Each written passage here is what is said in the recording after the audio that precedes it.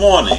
It's Saturday, April 16th. Yesterday, we had another rioter from the January 6th insurrection. The rioter presented a different defense than previous rioters. Dustin Byron Thompson, 38 years old, claimed he was following orders when he stole a coat rack from a Senate office. Yes, he claimed he was following orders. And whose orders was he following? President Trump's orders, of course. So, Mr. Thompson, after being found guilty of all 5 of the other charges in his indictment, which included, of course, stealing the coat rack, he could be facing a maximum sentence for obstruction. The lone felony in this whole set would be 20 years in prison. Imagine that, getting carried away by the president's actions, and you're going to spend 20 years in jail, possibly.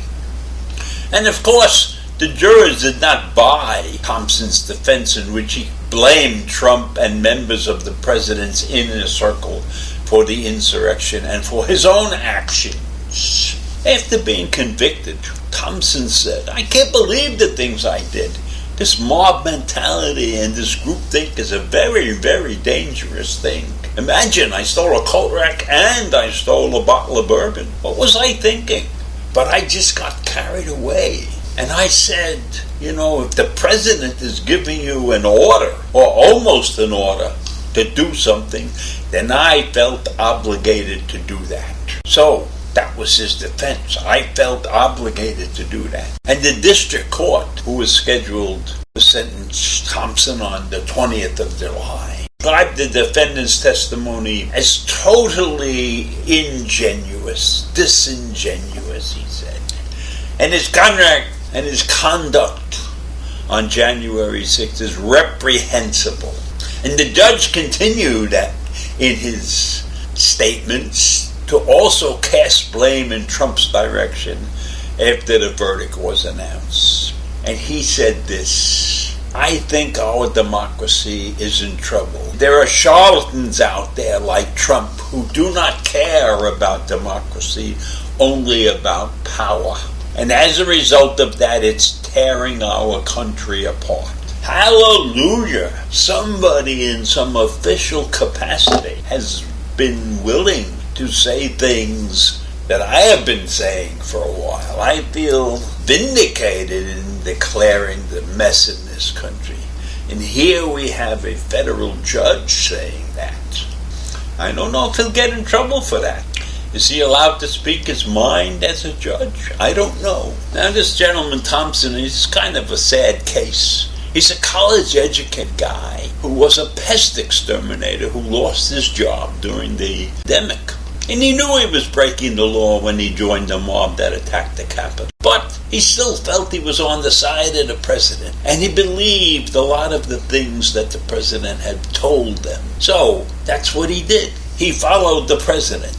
He was a downtrodden guy and was misguided and lost, And he was vulnerable to Trump's lies about a stolen election. But that's no excuse. That's no excuse. And even his own attorney admitted that Thompson was a pawn and Trump was a gangster to manipulate supporters. But so what? The guy did it. Now, was his attorney saying those things in order to get Thompson a lesser sentence than the possible 20 years that he would get for obstruction? He also said that there are vulnerable people out there and they're being seduced by the strong, and that's what happened here. Is that what we are? Are we a country of weaklings? Are we a country of people who can't see straight? Maybe we are. Maybe we are. maybe I hang out with the wrong crowd, because I don't see anybody in my circles lies that were told.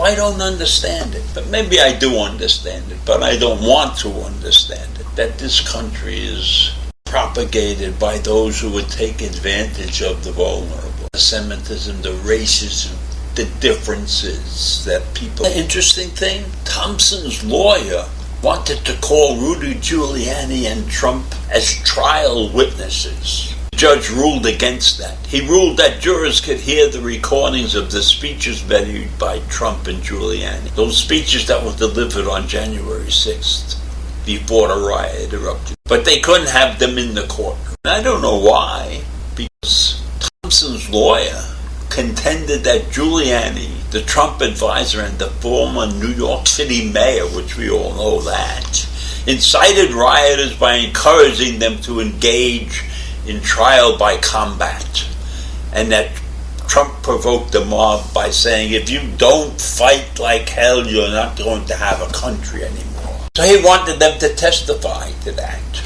but the judge said no. The judge told the jurors that neither Trump nor Giuliani had the authority to make legal what Thompson did at the Capitol.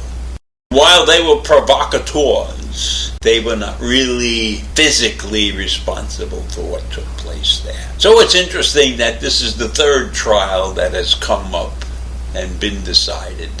And this trial didn't take long, because it only took 3 hours for the jury to convict Thompson. And I guess there's another 500 or so trials to go on. So this will go on for a long, long time. And I suspect the stories will be very similar to the story that Thompson told. But the individuals will be very interesting. I think it'd be very interesting to watch these trials and see the individuals that are brought to trial. Certainly I look at Thompson as a poor soul, a man who's college educated and ends up being a pest exterminator. It's story somehow or other. And then he loses his job. So I wonder where he went to college and what he really studied in college. Now maybe that was the business that he liked, killing bugs, Very interesting. These things are very, very interesting. So that's it for this morning, and I will see you tomorrow. Bye.